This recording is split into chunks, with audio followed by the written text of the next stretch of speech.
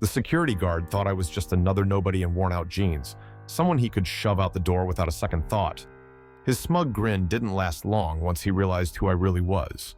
What happened next didn't just ruin his day, it marked the beginning of the end for his career. But let's start from the beginning. If you've ever had one of those days where the universe seems to take one look at you and say, "Not today, buddy," then you'll understand what happened to me that morning. My name's Stephen Black, 36, and I work as a safety inspector for one of the biggest companies in the city. It's not the most glamorous job, but it's important. You know, catching the stuff other people miss, making sure no one gets hurt because someone decided to cut corners. Anyway, that morning I got an urgent call to inspect this fancy commercial building downtown. The place was all glass and steel, one of those buildings that practically screams money. I decided to go incognito as usual. Old jeans, dark jacket, sneakers. Nothing about me said official. That's kind of the point. If people don't know who you are, they don't have time to clean up their act before you see the real mess. I walked up to the sleek glass doors, phone in hand, mentally preparing for the usual drill. But before I could step inside, I was intercepted by a human brick wall. Enter James Carter. Tall, broad-shouldered, and rocking the kind of expression that says, "I've got power and I love it." He looked like he'd been hired specifically to scare people away. "Hey, you, where do you think you're going?" His voice was sharp, like I'd just committed some kind of felony by existing. "To the building," I replied evenly, keeping my tone calm. No need to escalate things. James didn't even try to hide the disdain in his voice. "Yeah, sure, and I'm the mayor. What do you want here, really? This place isn't for, whatever you're selling." He smirked, tilting his head like he was giving me a chance to back off gracefully. Spoiler, I wasn't about to. "I have business inside," I said firmly.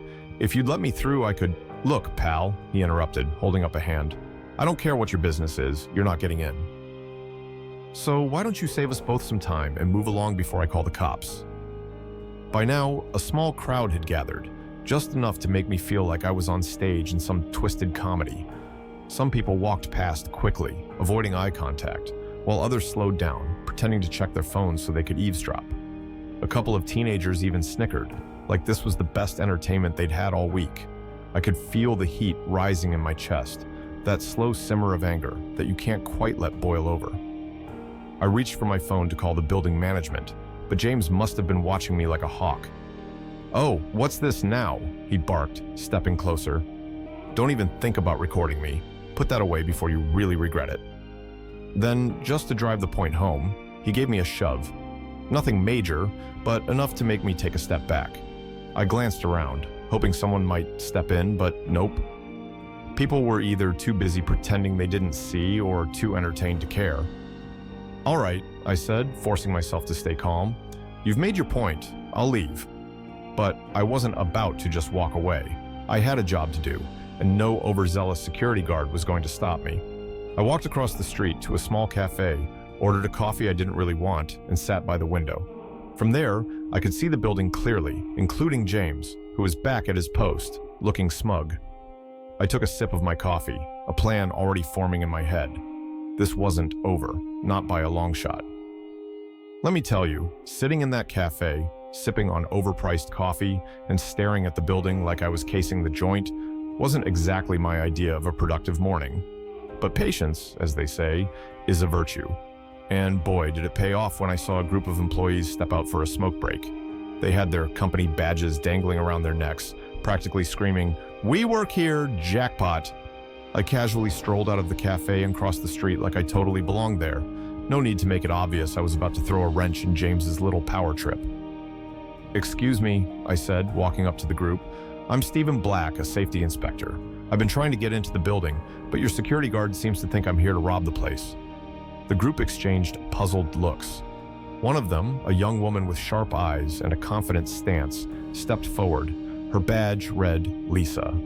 She raised an eyebrow, clearly unimpressed with the situation. "That must have been James," she said, her voice laced with mild exasperation. "Yeah, let's just say he's a bit overzealous." She paused, then added with a smirk, "Come on, I'll take you in. He's not the boss of me." I followed the group into the building, feeling a small surge of victory as we passed through the glass doors. But of course, James wasn't going to let that slide. The moment he saw me, his face turned redder than a stop sign. "Hey, what are you doing back here?" he roared, storming toward me like a bull seeing red. His grin wasn't friendly. It was the kind that says, "I'm about to make your life miserable." Before I could even open my mouth, James grabbed my shoulder and yanked me backward. For a guy pushing 45, he was surprisingly strong. "You need to leave, right now," he barked, his grip tightening. "Let go of me," I said, my voice calm but firm. "I'm here on official business." James wasn't having it. "Official business? You? Don't make me laugh. You're probably just another guy trying to sneak in. What's in your pocket, huh?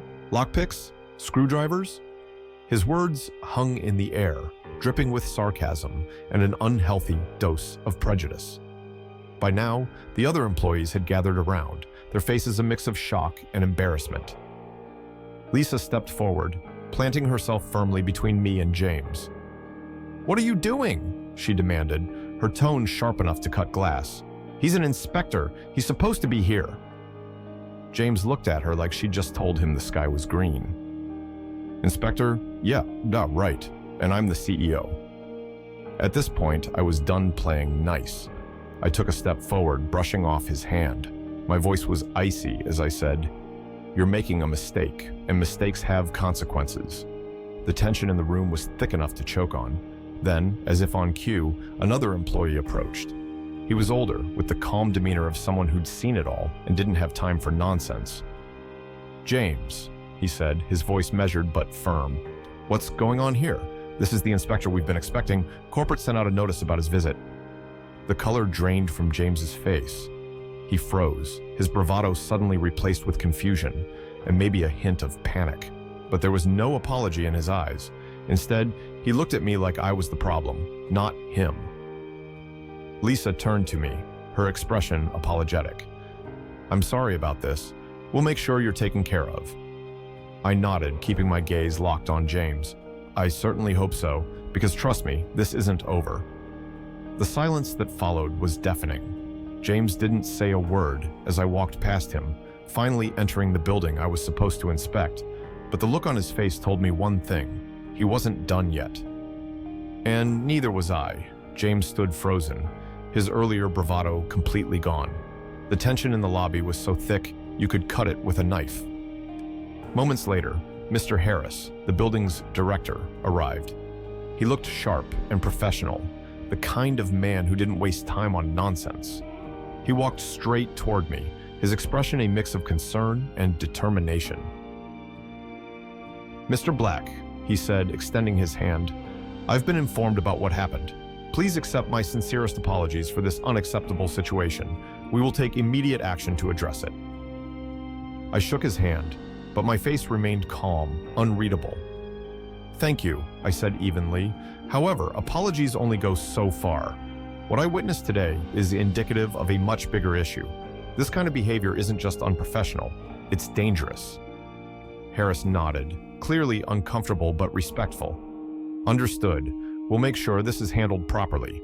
I turned my attention to James, who was still standing near the doors, arms crossed but clearly uneasy. His eyes darted between me and Harris, searching for some kind of lifeline that wasn't coming. I walked toward him slowly, the weight of the moment settling over the room. "You," I said, my voice low and deliberate, "are the exact reason my job exists. Disrespect, prejudice, abuse of power, these aren't minor mistakes. They're serious failures, and they don't belong in a place like this. I hope you understand the consequences of your actions today." James opened his mouth, maybe to defend himself, but no words came out. He just stood there, the silence saying more than he ever could. The rest of my inspection went smoothly, but I made sure to include every detail of the incident in my report. The cameras had captured it all, and there was no room for denial. By the time I left the building, my work was done, and I knew the rest would take care of itself. A week later, the fallout began. Corporate reviewed my report and the footage, and James was terminated immediately for violating company policy.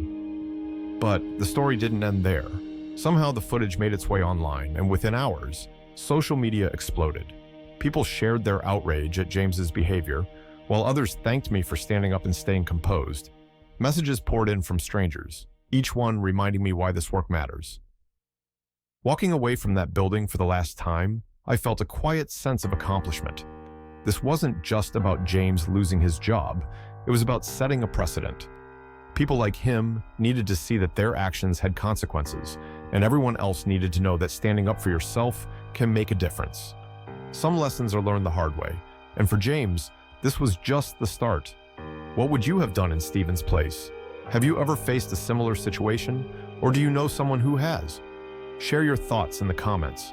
Let us know how you'd handle it. And don't forget to like and share this story if it resonated with you. This story was created to shine a light on an important issue and inspire positive change. Your opinion matters, and together, we can make the world a better place by addressing these challenges head-on.